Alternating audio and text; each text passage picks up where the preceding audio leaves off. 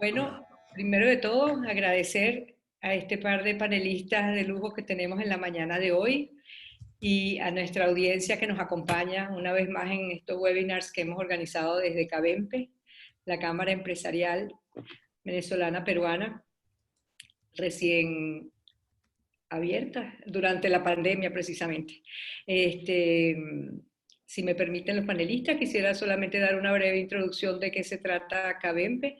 Esta es una iniciativa de un grupo de profesionales venezolanos que nos encontramos aquí en Perú con la idea de establecer un diálogo más abierto, un diálogo en positivo con el empresariado, con las autoridades, con los gremios y presentar la actividad que los venezolanos estamos realizando aquí en Perú con la idea de incentivar más aún el intercambio, tanto dentro del Perú como luego que podamos hacer una mayor actividad comercial entre los países.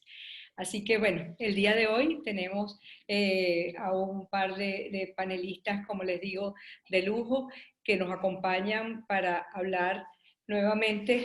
Estamos ya en la 10ª semana de la cuarentena y ya empiezan ciertas actividades a presentarse. Hay protocolos complicados, hay muchas dudas sobre por dónde el empresariado y las personas naturales nos vamos a ir desarrollando luego de esta cuarentena tan fuerte, pero por eso el título de hoy es Innovación y Reinvención en tiempos de crisis.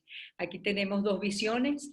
Tenemos a Bartolomé Ríos, economista de la Pacífico, que ha sido muy activo por muchos años ya, por más de 10 años, 11 años, como asesor de empresas familiares.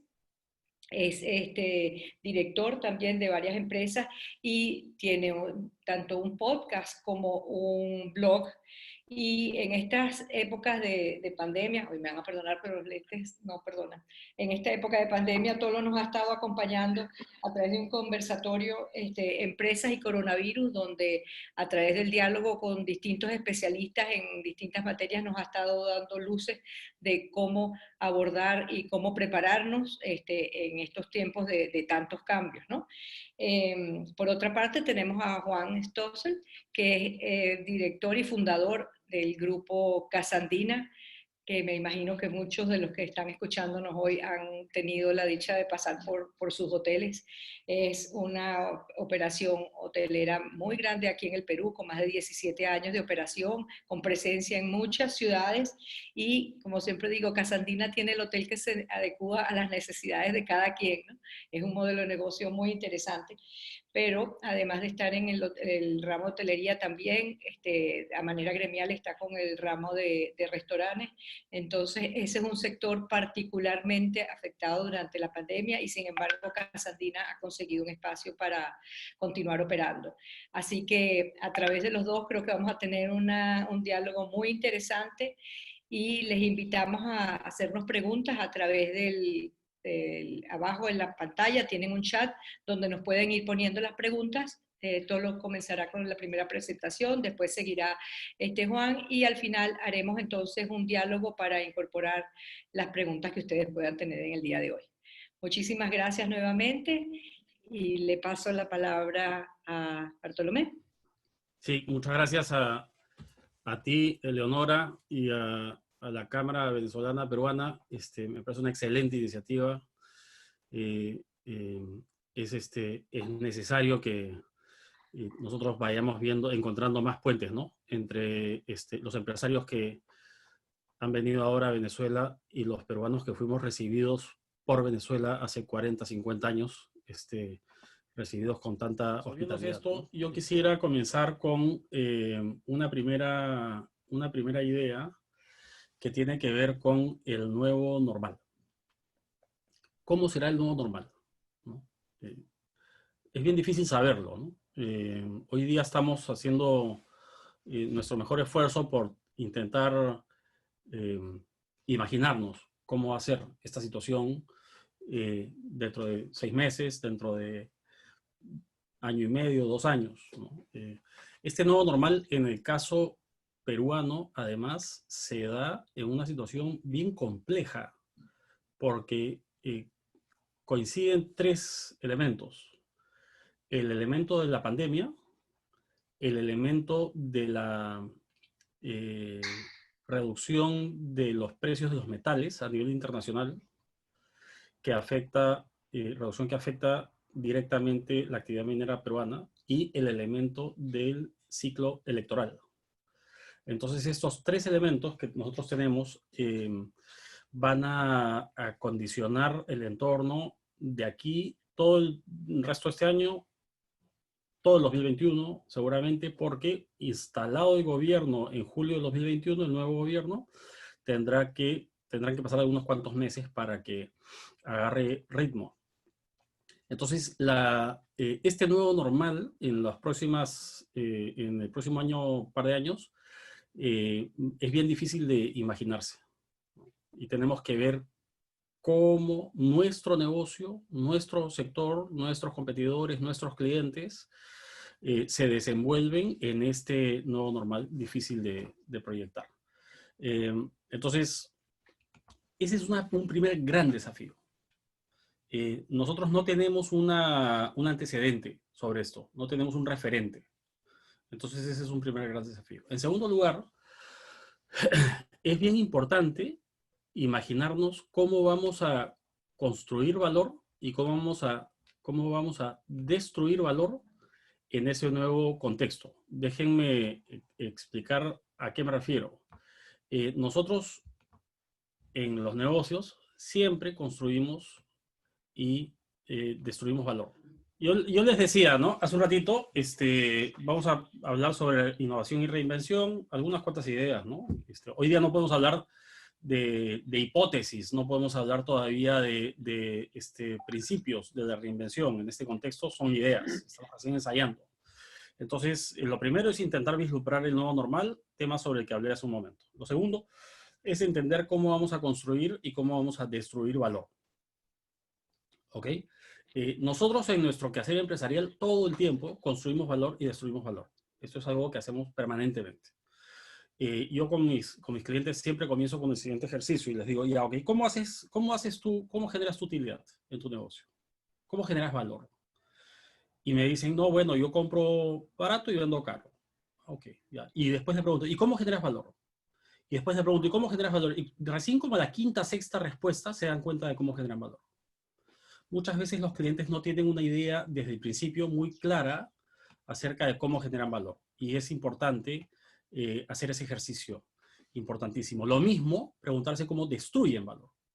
En esta coyuntura diferente, en esta coyuntura cambiante, es importantísimo repensar la manera como nosotros vamos a generar y destruir valor en nuestros negocios, en nuestras organizaciones. Y a partir de esto tengo las siguientes, de estas dos primeras ideas generales, tengo las siguientes 7 ideas que quiero compartir con ustedes. La primera es necesitamos desarrollar nuevos canales de venta y de distribución.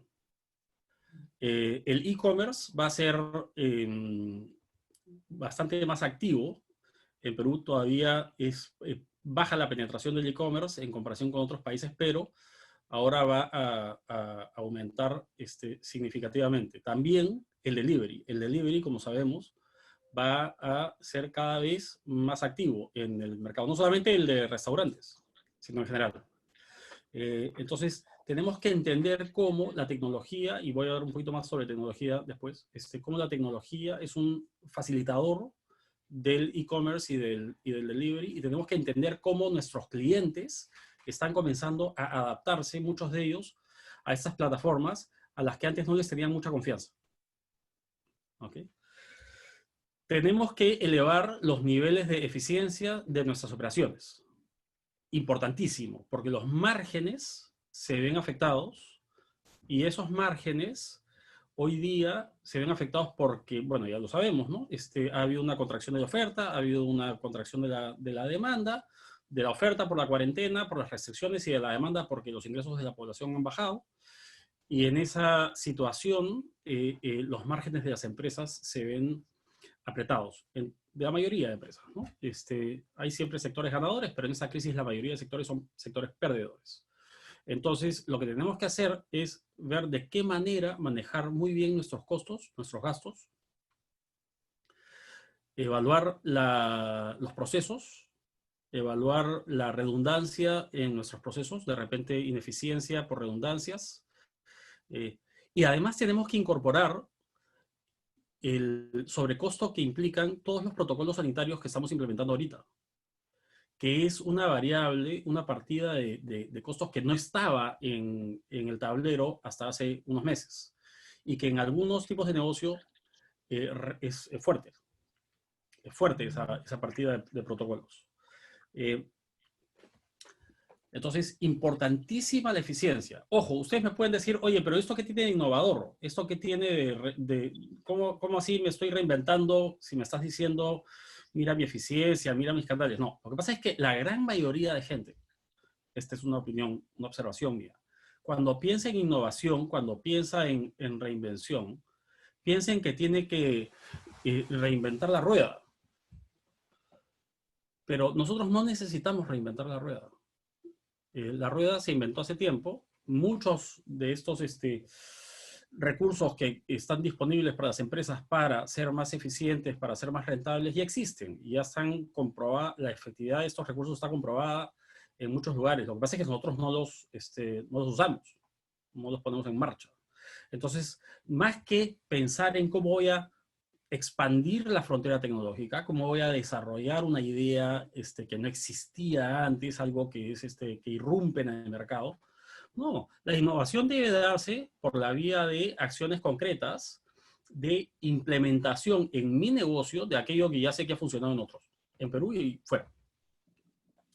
Solo así, en la medida en que yo constantemente esté implementando innovaciones, una tras otra, no tienen que ser mega innovaciones, ya lo dije, sino innovaciones de distinto calibre, una tras otra, tras otra, tras otra. Si yo inculco, si yo instalo en mi organización una cultura de innovación y de mejora, voy a desarrollar incrementos en la productividad a largo plazo.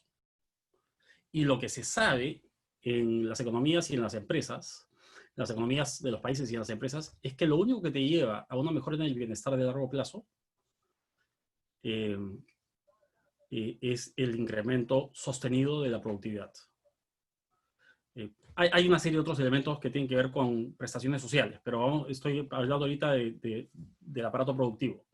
Los incrementos en la productividad derivados de la revolución industrial, ahora de los negocios digitales, esos son los que nos permiten saltar. Entonces, yo en mi negocio tengo que preguntarme cómo gano plata, cómo pierdo plata, y qué necesito hacer para incrementar mi productividad para seguir permanentemente incrementando mis márgenes. ¿Ok? Ahora, algunos elementos indispensables, algunos ingredientes indispensables. El primero es el talento. Y esto puede sonar a lugar común, puede sonar a un mensaje cliché, trillado. Lo cierto es que si bien podemos nosotros reconocer la importancia del talento a nivel conceptual, en muchos de nuestros negocios no priorizamos la captación y retención del talento. Y está demostrada, la evidencia abunda a nivel mundial acerca del papel que juega el talento en el desarrollo de las organizaciones. La productividad no se incrementa sin talento. La productividad se incrementa gracias a que hay talento. Entonces, es necesarísimo poner mucho foco en el talento. Y respecto a esto, yo quisiera hacer dos comentarios. El primero es, en esta coyuntura de pandemia, tenemos que cuidar mucho a nuestra gente, muchísimo a nuestra gente. Aquí sí se pone en la balanza, se contrapesa en la balanza la rentabilidad monetaria de mi negocio versus el bienestar de la población, de las familias de mis colaboradores, ¿no? Y nosotros como empresarios tenemos un rol que cumplir de cara a la sociedad, naturalmente. Y entonces tenemos que cuidar mucho a nuestra gente y ser muy solidarios y muy empáticos Tenemos que ser muy comprensivos y muy tolerantes de la situación que están atravesando nuestros empresarios. Ustedes, los venezolanos que se han visto obligados a emigrar, lo saben muy bien, ¿no? Saben muy bien cómo es este asunto. El otro tema es que me parece que lo que se nos avecina es una temporada en la que de repente va a ser un poquito más viable la captación de talento, porque el mercado laboral se va a mover, el mercado laboral se va a descolocar, aun cuando muchas empresas van a cuidar a su gente, va a haber empresas que no van a tener alternativa y van a tener que hacer recortes. Y eso va a dejar en el mercado a profesionales altamente competentes, dispuestos buscando recolocarse, y entonces es importante ahí estar con el ojo abierto, ¿no? Porque hoy día no me sorprendería a mí que en los próximos 12, 18 meses resulte, digamos, haya una reducción general de sueldos y salarios en la economía y que eso nos permita captar talento. La captación de talento es un tema sobre el que uno puede hablar horas de horas. Me voy a remitir nada más a la evidencia de algunos de los trabajos que, más conocidos en el tema, que te dicen que lo primero que tú tienes que hacer es definir a quién vas a tener en tu organización. Después ves cómo lo haces, pero lo primero es a quién. Porque cuando tú tienes a la persona correcta, entonces la probabilidad de crecimiento de tu negocio es mucho mayor. Esto lo detalla bastante bien Jim Collins en un libro que se llama Good to Great. Otro elemento es los negocios digitales. Tenemos que explorar el potencial de los negocios digitales. Y todavía estamos nosotros lejos de sacarle el jugo, vamos a decirlo así, al tema. Los negocios digitales están en una etapa incipiente en nuestro país. En algunos lugares en el mundo ya que nos han antecedido en este tema, ya se ve resultados. Y los negocios digitales sirven para un poco de todo. No sirven solamente para ser más eficientes en la operación, no sirven solamente para acceder mejor a nuestros clientes, no solo sirven para procesar mejor la data de nuestros prospectos, tener mejor análisis de datos, no solo sirven sirven para todo. Lo decía Gonzalo Vegaso de Chasqui, estuvo en el conversatorio hace unos días y comentaba, ¿no? Le decía muy curioso lo planteado Gonzalo, es ex Google, ¿no? Él fue director de finanzas de Google en Silicon Valley. Es decir, digamos, podemos decir que conoce bien el tema desde allá, ¿no? Y ahora maneja Chasqui, que es uno de los emprendimientos digitales más de mayor crecimiento en el país de los últimos 5 años. Y Gonzalo decía, ¿no? En el colegio te deberían enseñar a programar a todo el país. Deberían enseñarlos a hacer coding, ¿no? Esto, codificación ¿no? Porque es un nuevo lenguaje, es como matemáticas, es como aprender inglés, ahora tienes que aprender a hacer coding, ¿no? Tiene que venir en el paquete. Dos últimas ideas. La primera es probable que sea conveniente diversificar mis negocios. Esto no va a darse en todos los casos.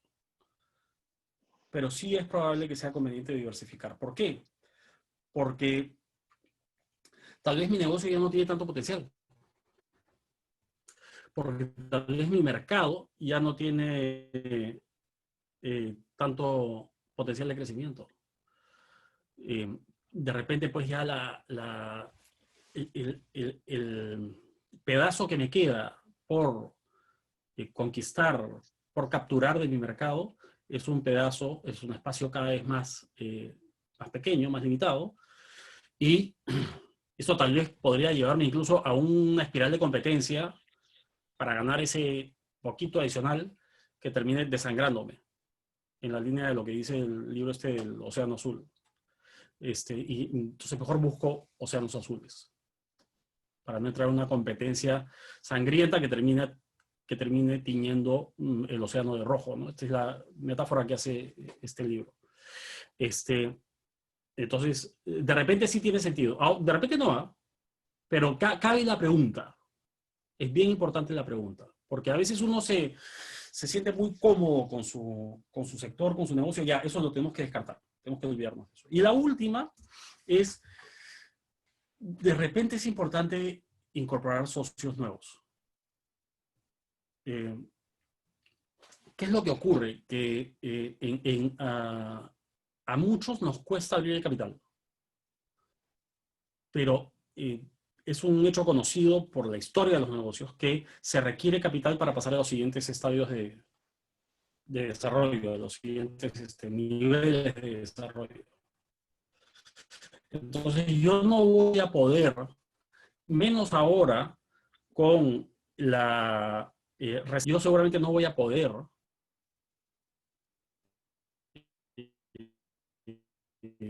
financiar el crecimiento del negocio en los próximos años.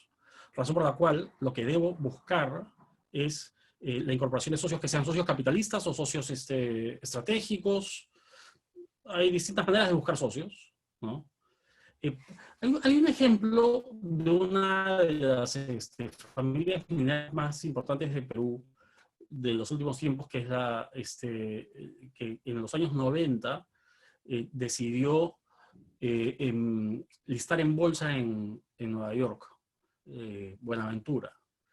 En ese momento, si no me falla la memoria, fue 93, 94 por ahí, los de Buenaventura eligieron no ser 100% dueños de esta empresa, sino ser X%, o sea, 30, 40% dueños de esta empresa.